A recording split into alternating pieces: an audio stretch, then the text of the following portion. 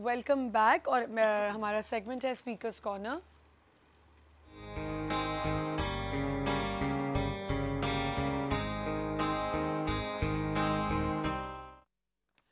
जी, और speakers corner में मैंने आपको जैसे बताया था कि मेरे साथ मौजूद होंगे साजिद उस्मानी, सर्टिफाइड कैनेडियन इमिग्रेशन कंसल्टेंट है, पहले भी मेरे शो पे आए हैं। आज कोई भी अगर इनसे कनाडा जाने के लिए कुछ पूछना चाहे इमिग्रेशन के बारे में तो हमें कॉल कर सकता है। हो सकता है कुछ सवाल मेरे पास ऐसे ना हो जो कुछ आप लोगों के पास हों, जो आपके कंसर्न के हों, तो आप हमें कॉल करके पूछ सकते हैं। अस्सलाम वालेकुम जी। वालेकुम जी, वेलकम वंस अगेन। पहले लास्ट डे में हमने किया था ये शो। मुझे ये बताएं, सबसे पहला सवाल मेरा कि क्या प्रॉब्लम्स होती हैं इमिग्रेशन में?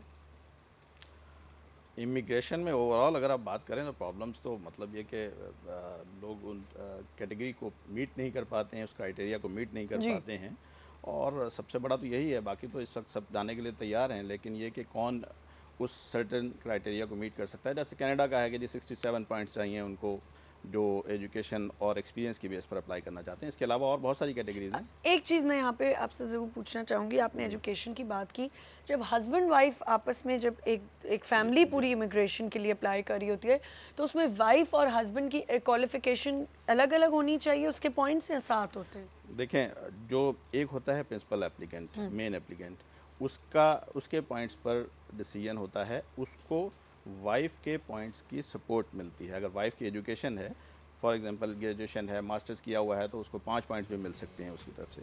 तो जैसे मैंने पहले कहा कि 67 पॉइंट्स दरकार हैं, तो उसमें ये है कि वो फिर वाइफ की तरफ से 5 पॉइंट्स मिल गए, कोई रिश्तेदार कनाडा में है उसके 5 पॉइंट्स मिल गए, रिश्तेदार से मुराद क्लोज रिलेटिव वो हैं तो उसके 5 पॉइंट्स मिल गए। इस तरह से ये सम अप होते हुए 67 पे पहुंचता है। बाकी फिर इसके प्रिंसिपल एप्लीकेंट के अपने पॉइंट्स हैं, एजुकेशन के हैं, उसके बाद एक्सपीरियंस के हैं, उसके बाद एज के हैं, ये सारी चीज़ें सम अप होकर फिर जब 67 पॉइंट्स। ठीक है। अच्छा, किस वजह से इमिग्रेशन नहीं हो पाती? किस सूरत में इमिग्रेशन अप्रूव हो जाती है? 2 चीज़ें होती हैं। एक तो ये कि कुछ लोग अपने तौर पर उसको देखते हैं वेबसाइट को उनकी और समझते हैं कि जी बस इट्स नथिंग, जस्ट एक फॉर्म भरें और भेज दें। बिल्कुल। लेकिन उसके साथ सर्टेन रिक्वायरमेंट्स होती हैं, सर्टेन डॉक्यूमेंट्स की वो होती है, और वो अगर कंप्लीट ना करें तो इमिग्रेशन नहीं होती, नंबर 1। फिर ये कि कोई मीट उस क्राइटेरिया पे पूरा उतरता नहीं, ज़बरदस्ती की एप्लीकेशन भेज दी, वो भी नहीं हो पाएगा। ठीक है। वो अपने आप को अप्लाई करके और वो 2 साल इंतज़ार कर रहे हैं कि हाँ जी बस हम मेरा तो अब इमिग्रेशन होने वाला है, 2 साल बाद पता चलता है, 3 साल बाद पता चलता है जी रिजेक्शन आ गया। फिर उसके बाद वो जो डिस्क्रिमिनेशन है जी पाकिस्तानियों के साथ ऐसा कर रहे हैं, ऐसा नहीं है। वो डॉक्यूमेंट्स रिक्वायरमेंट जो है वो पूरी नहीं कर पाते, इवन पॉइंट्स पूरे नहीं है, 67 पॉइंट्स पूरे नहीं हो रहे हैं, आपने अप्लाई किया हुआ है और आप इंतजार में हैं। फिर आप कैसे उम्मीद कर सकते हैं कि वो आपको इमिग्रेशन जो है प्रोवाइड कर सकते हैं? अच्छा, और किस सूरत में इमिग्रेशन अप्रूव हो जाती है? मतलब ऐसे क्या डॉक्यूमेंट्स बहुत ऑथेंटिक हों जो लगाने चाहिए?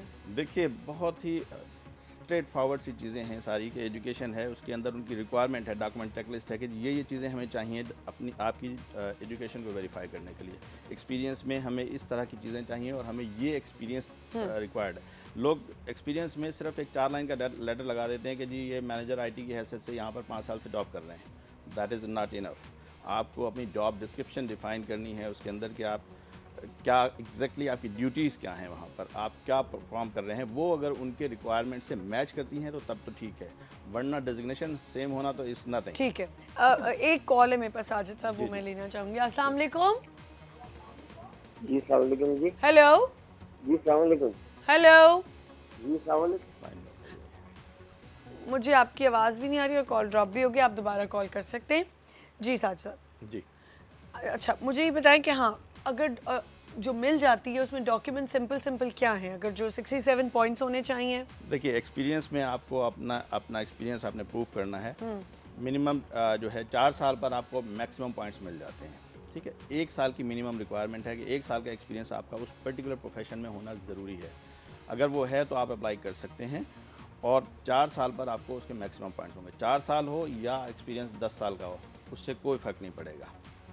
लोग उसमें भी लगे रहते हैं कि जी वो 10 साल पुराने एक्सपीरियंसेस, 10 साल के अंदर आपको अगर 4 साल का एक्सपीरियंस है तो आपको पूरे पॉइंट्स मिल जाएंगे। ठीक है, एक्सपीरियंस के। अच्छा, अब इसी हिसाब से एजुकेशन के पॉइंट्स हैं। एजुकेशन में 25 पॉइंट्स मिलते हैं आपको मास्टर किया हुआ। अब यहाँ पर पाकिस्तान में मास्टर जो है 16 साल में हो जाता है, उस पर 25 पॉइंट्स नहीं मिलते, और हमारे यहाँ लोग कैलकुलेट करते हैं कि हाँ जी हमें 25 पॉइंट्स मिल जाएंगे, उस पर रिजेक्ट। 16 साल में मतलब आप अपना कैलकुलेट करें, मैट्रिक कितने 10 साल में 10 साल का मैट्रिक है, 2 साल इंटर, 2 साल ग्रेजुएशन, हाँ बिल्कुल, 2 साल बिल्कुल, मास्टर्स, 16 साल में 16 आपका साल वो हो गया। बिल्कुल 16 साल पर आपको 25 पॉइंट्स नहीं मिलेंगे, नहीं मिलेंगे। लेकिन जो खुद अप्लाई कर रहे होते हैं वो उसको 25 पॉइंट्स गिनकर वो अपनी कैलकुलेशन करते हैं। हाँ जी मेरे 67 हमारे साथ कॉल है। अस्सलाम वालेकुम। हेलो अस्सलाम वालेकुम। जी वालेकुम अस्सलाम। वालेकुम सलाम। मोहम्मद जफर भावलपुर से बोल रहा हूँ। जी मोहम्मद जफर साहब। मैंने ये पूछना था कि मेरी साली रहती हैं कनाडा में, जी तो मेरे लिए वहाँ अप्लाई करने के कोई चांसेस हैं? अच्छा, ये आप ये पूछना चाह रहे हैं कि क्या प्रोसीजर होगा, तरीक़ेकार क्या है अगर आपकी साली वहाँ रह रही है ऑलरेडी?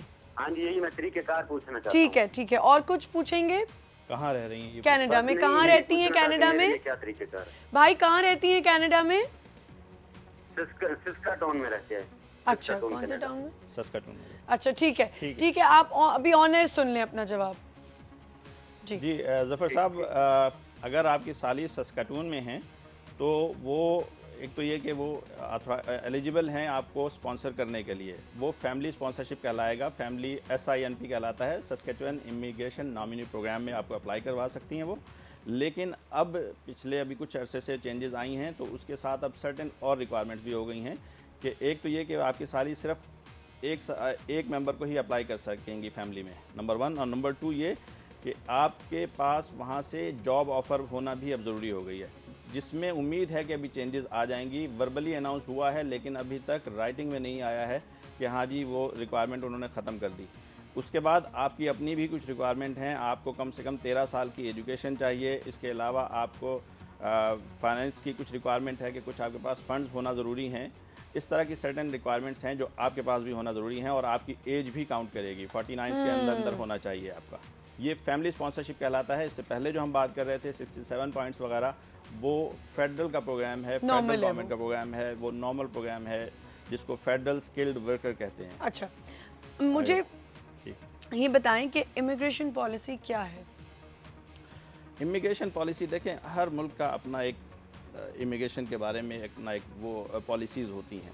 इसी तरह से कनाडा की भी पॉलिसीज़ हैं जिसके अंदर इस वक्त जो है ये चल रहा है कि आपको हर साल कुछ कैटेगरीज़ अनाउंस करता है इमिग्रेशन मिनिस्टर, जिसमें अगर आप क्वालिफाई करते हैं, आपका एक्सपीरियंस मैच करता है तो तब आप अप्लाई कर सकेंगे, वरना नहीं। पहले ये होता था कि तकरीबन 150 के करीब कैटेगरीज थी जिनमें आप हर कोई किसी न किसी कैटेगरी में मैच कर जाता था, but not any more. Now like they have shrink the categories. अब उन्होंने सिर्फ 29 कैटेगरीज इस वक्त हैं जो पिछले साल गुजरा है, और अभी इसी जून में ही अनाउंसमेंट एक्सपेक्टेड है कि जिसमें वो नई कैटेगरीज को अनाउंस करेंगे। अच्छा, कि क्या है, really good, क्योंकि जिन लोगों को प्रॉब्लम्स हैं वो बेचारे कहाँ जाएं? बिल्कुल। और अगर जून में नहीं अनाउंस होता तो 1 जुलाई से जो पुरानी कैटेगरीज थी 29 वही जून तो अब खत्म होने को आ गई है, वही कंटिन्यू कर जाएंगी फिर वो। अच्छा, और 1 जुलाई तक भी नहीं अनाउंस होगा? अगर 1 जुलाई तक अनाउंसमेंट नहीं होती तो वो जो 29 कैटेगरीज हैं वही कंटिन्यू हो जाएंगी। वो कौन कौन सी कैटेगरीज हैं, थोड़ा सा बता देंगे? मतलब हेल्थ प्रोफेशन से रिलेटेड ज़्यादातर हैं उसके अंदर। डॉक्टर्स हैं, फिजिशियन स्पेशलिस्ट हैं, साइकोलॉजिस्ट हैं, और मीडिया है।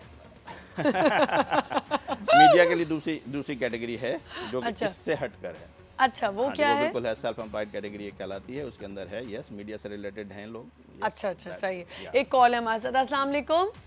जी वालेकुम अस्सलाम।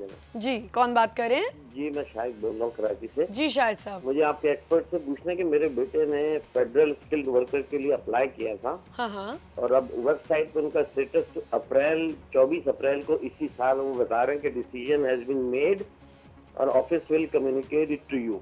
अब ये 2 महीने हो गए हैं, हमें वो स्टेटस लेटर अभी तक डिसीजन कम्युनिकेट नहीं हुआ। नॉर्मली कितना टाइम लगता है, जबकि मेरे बेटे के एक दोस्त का रिजेक्शन आ चुका 2 वीक के अंदर। शाहिद साहब, इससे पहले आपके बेटे से कोई चीजें मांगी गई हैं या? कुछ भी नहीं मांगा गया, उनसे ये कहा गया कि डिसीजन कम्युनिकेट हो जाए। शाहिद साहब, अनफॉर्चुनेटली इसमें जो डिसीजन है वो रिजेक्शन का ही है।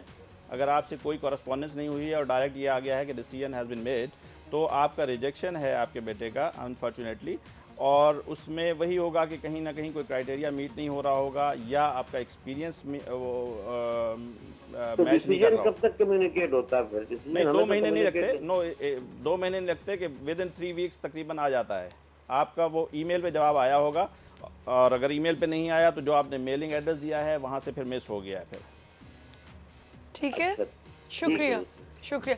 तो ये क्यों ऐसा नहीं हो सकता कि ये खुद ही ऑनलाइन जाके चेक कर लें या कोई ऐसा? सिर्फ आप ये चेक कर सकते हैं कि डिसीजन उस वक्त इसमें क्या है, इन प्रोसेस है या डिसीजन हो चुका है। ये चीज़ें मोटी मोटी पता चल सकती हैं, लेकिन ये नहीं पता चलेगा कि एग्जैक्टली डिसीजन क्या है। ठीक है ठीक है, हम पॉलिसी के ऊपर बात करते हैं और आपने कहा कैटेगरीज हैं। अब मैं पूछना चाहूँगी आपसे और बहुत सारी हैं, इन्वेस्टमेंट कैटेगरी क्या है, लेकिन उससे पहले हमें एक छोटा सा ब्रेक लेना होगा। तो क्योंकि फिर ये बात कट जाएगी, तो हम कंटिन्यू उसी को करेंगे जब हम आएंगे तो इस सवाल पे बात करेंगे कि इन्वेस्टमेंट कैटेगरी क्या है। आज हम बात करें कनेडियन कंसल्टेंट से, सर्टिफाइड कनेडियन इमिग्रेशन कंसल्टेंट है हमारे साथ साजिद उस्मानी साहब। अभी तक हमें 2 कॉल्स आई हैं। I hope I am sure के लोगों को बड़ी टेंशन होती है इमिग्रेशन की, तो हमें कॉल कर सकते हैं, ये चांस अवेल कर सकते हैं। So stay with us.